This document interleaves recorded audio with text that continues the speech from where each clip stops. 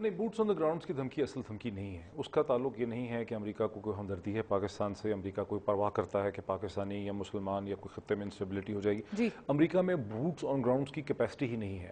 کیونکہ امریکہ نے اصولی طور پہ فیصلہ کر لیا اپنی پولیٹیکل کانسٹیچوئنسی کی وجہ سے کہ انہیں افغانستان سے میجر وڈرول کرنا ہے. ایک ایسی ملٹری مشین جو افغانستان کے مین تھیٹر آف وار سے وڈرا کرنے کی تیاری کر رہی ہے بیکاز آف دی پولیٹیکل کمپلجنس. اور الیکشن ایئر ہے، ظاہر ہے امریکن پریزیڈنٹ پاکستان کی طرح کی سیاست نہیں ہے کہ کہیں بھی چیز سے پیچھے مڑ جائیں کہ نہیں میرا اس وقت خیال غلط تھا تو ہم وڈرا نہیں کر رہے. تو انہیں وہاں سے وڈرا کرنا ہے. ایک ایسی ملٹری مشین جو ایکچوئل وڈرول فیز کے اندر ہے، اس کا ایک نیا وار تھیٹر کو فزیکلی کھول لینا بوٹس آن گراؤنڈ پاکستان میں، وہ ان کے لیے ٹیکنیکلی پاسبل نہیں. یہ تو ایک چیز ہوئی. دوسرا مسئلہ یہ ہے کہ جو کچھ حملے وہ اپنی ہائی ٹیک مشین سے کر سکتے ہیں ڈرونز کی، تو آپ نے دیکھا کہ دن میں 2-3 حملے ساؤتھ وزیرستان میں پاکستان کے ٹرائبل ایریاز میں وہ آلریڈی کرتے ہیں. اب وہ کہہ یہ رہے ہیں کہ کوئی ہماری خاطر وزیرستان کے اندر جا کے ملٹری ڈپلائمنٹ کرے، چیک پوسٹ قائم کرے، اس کو میننگ کرے، ہیومن لیول پہ میننگ کرے. یعنی ان ادر ورڈز یہ ایکسیپٹنس اس چیز کی ہے کہ ڈرون اٹیکس کے ذریعے ہم نے جو انٹیلیجنس لیڈ آپریشن کیے ہیں اگینسٹ حقانی نیٹ ورک کے، ان کے خاطر خواہ ریزلٹس نہیں نکلے. ہمیں ابھی بھی شدید تکلیف ہو رہی ہے. وڈرول کے فیز میں ہماری پوزیشن کو اسٹرینتھن کرنے کے لیے پاکستان جو ہے ایکچوئل فوج کشی کرے حقانی نیٹ ورک. چونکہ پاکستان نہیں کر رہا، طرح طرح کے عذر دے رہا ہے، ایکسپلینیشن دے رہا ہے، اپنے ریزننگ دے رہا ہے. بہت سے ریزنس پاکستان کی سائڈ سے.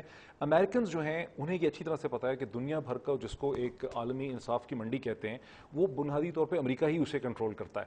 امریکہ میں جو چیز سینٹ میں کہہ دی جائے، نیو یارک ٹائمز میں چھپ جائے، اس کو ایک مسلمہ حقیقت کی شکل حاصل ہو جاتی ہے، خواہ وہ ٹوٹل جھوٹ پہ مبنی ہو.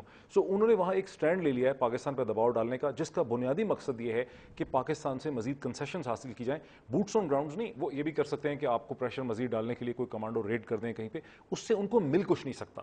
دیکھیں نا، ایک ایمورفس ٹیریٹری کے اندر اگر وہ 25 صرف یہ ایک پریشر ٹیکٹک ہے کہ پاکستان کو ڈو مور کی ایک نئی صدا ہے. خوفناک پریشر ٹیکٹک ہے، خوفناک پریشر ٹیکٹک ہے. وہ آپ کو ڈیمونائز کر رہے ہیں. جب بھی کسی کنٹری کو، نیشن کو، لوگوں کو اتنی بری طرح سے ڈیمونائز کیا جائے، انہیں ایول قرار دیا جائے بار بار، جیسے کہ ISI کو قرار دیا جا رہا ہے، پاکستانی ملٹری کو قرار دیا جا رہا ہے، پاکستانی ملک کو قرار دیا جا رہا ہے، تو اس کے نتیجے میں اس ملک کے خلاف ایکشن لینے کی پاسبلٹی جو ہے وہ بڑھ جاتی ہے، بیکاز آپ اس کو آسٹرسائز کر دیتے ہیں. لیکن یہ ابھی آپ نے دیکھا کہ حالات کچھ بہتر بھی ہوئے تھے مئی کے بعد، پھر یہ ایک جوائنٹ آپریشن کی حد تک بھی بات چلی گئی تھی، لیکن اب دوبارہ اس طرح کا، اور پھر ISI کے ساتھ مل کے ایک جگہ پہ کام ہوتا ہے، CIA کام کرتی ہے، پھر اچانک اس کو یہ کہا جاتا ہے کہ وہ کمپلیٹلی ایڈ اینڈ ابیٹ کر رہی ہے ٹیررسٹ گروپ کو، اور بامبے اور اس کے درمیان میں مماثلت تلاش کی جا رہی ہے دونوں اٹیکس کے درمیان میں، کابل اور بامبے. دیکھیے، آپ کو دیکھنا پڑے گا کہ کون سی چیز کانسٹنٹ ہے اور کون سی چیز میں فرق پڑ رہا ہے.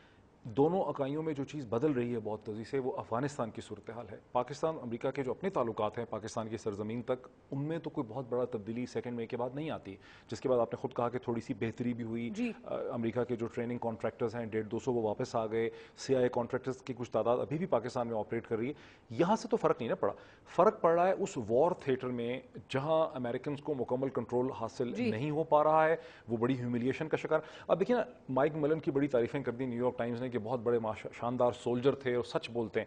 وہ ان کی جو پوری ٹیسٹیمنی آپ دیکھیں، اس میں ان میں اتنی مورل کریج نہیں ہوئی کہ وہ سینٹ آرم فورسز کے سامنے یہ بتا سکیں کہ 3 جو پروونسز آتے ہیں افغانستان کے، کابل کی سرحد کے، کابل شہر اور پاکستان کی سرحد کے درمیان، وہاں امریکن فورسز کی کیا کانسنٹریشنز ہیں، کتنے ان کے بیسز ہیں، کتنی ANA کی کانسنٹریشن ہے.